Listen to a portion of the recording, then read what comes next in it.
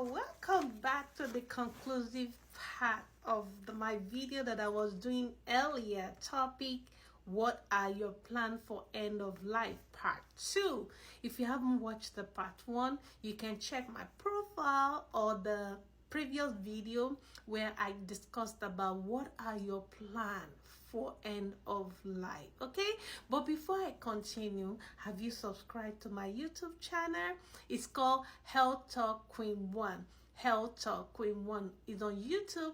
Please subscribe, turn on the post notifications so that you can get notified when I drop video. Watch, learn, and act on it. Okay, that's the only thing we can do to make ourselves healthy. Information, and information is powerful, and if you're getting this information, act on it and do the right thing so that way you can continue to live healthy lifestyle. Okay, and that's what the purpose of this video is all about. Okay, so let's dive into the topic that we are discussing about. So in part 1, we are talking about life insurance. Life insurance is very, very important. We have to get one. And there are so many life insurance out there that you can, get for yourself. Think about it. When we are young, life insurance can be cheaper as long as you don't have pre-existing condition. That's why it is very important for us to get life insurance, so that way we can get it cheaper and we can be able to save more before things like this happen.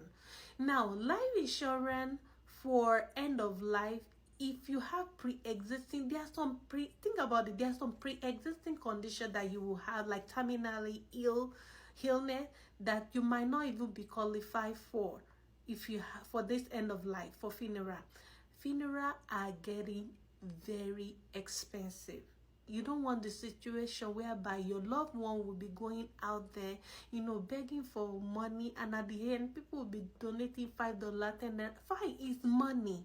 But once we have this in place and we have information that you can get life insurance, so that if you pass on, they can pay fully for your funeral, so your loved one will be at rest. Remember, they just love their loved one, they are grieving, they are stressed out.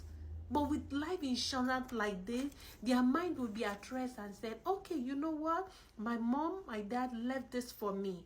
I can pay for the funeral, and the other money they have behind, they will be able to use it for something, important too. So that's why it's very, very important that they have this, that you start saving up for this life insurance to make things easier for your loved one when you pass on, especially your children. Is very, very important.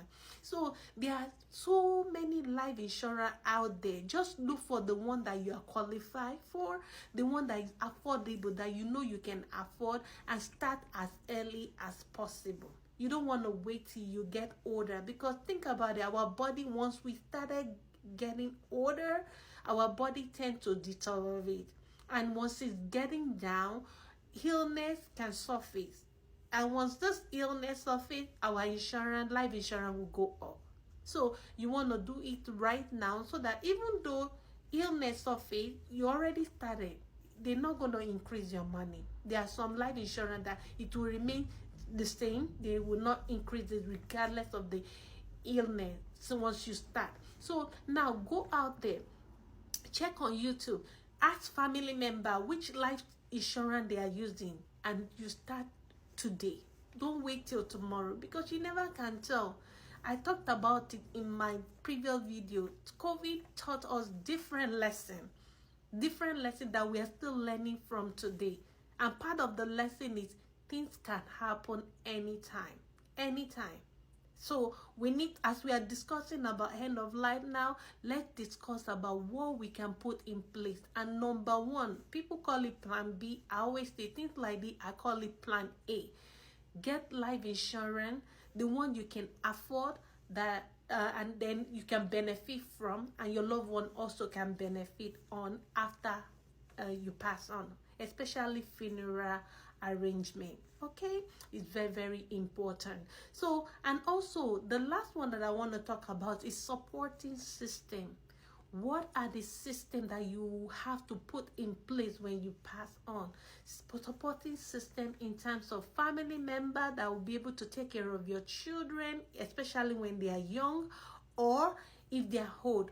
Who are they? Who can they go to, for help in terms of mental health, spiritual help, financial help, physical help, and make sure you have that supporting system. And access is very important. There are so many access that we can do right now. I talked about educational, college educational fund. Check the video out. Those are the access we can give our children. Apart from education, we talk about shelter, we talk about love, affection, peace, joy that we can give our children, right? This is part of the things we can give our children. Access. Let's make sure we have some access in place if we can afford it. There are different assets. It might not be like physical, like house or money, things. There are so many things we can give our children. I will give example. Like for example, we female, we like to wear gold, right? Yes, you can buy gold. You can use this for outing. At the same time, it's an access for your children. Those are the things I'm talking about. Things like you can buy like investment for your kid. Those are the things I'm talking about when I'm talking about assets. It's not only house or money in the bank. We're talking about things like that you can give your children. So just look at the one that you can afford, the one that when you do it, your children will benefit from it. The key thing is your children, right? And also your parent or your loved one, but mostly your children, what they can benefit when things like they happen. Okay, so I think I'll be able to discuss about what are the your plan for end of life. End of life is something that we need to talk about. People don't like to talk about it, but it's the reality. We are gonna go one day. So what are the things that we need to pass on? I've talked about, how we need to work smartly and don't overwork ourselves, how we need to put our house in order. In part 1, I've talked about it. And also I'm talking about plan B, which is life insurance, very important. And also creating assets for our children so that when we go, they will have something to fall upon. Also supporting system that they need. Very important. I hope I've been able to, educate you guys about the plan for end of life. If you have additional things that you think I've missed, put it on comment section below or send me an email. If I need to do continuation, like maybe part 3, I will do it, but if it's not necessary, I will just keep it to part 2.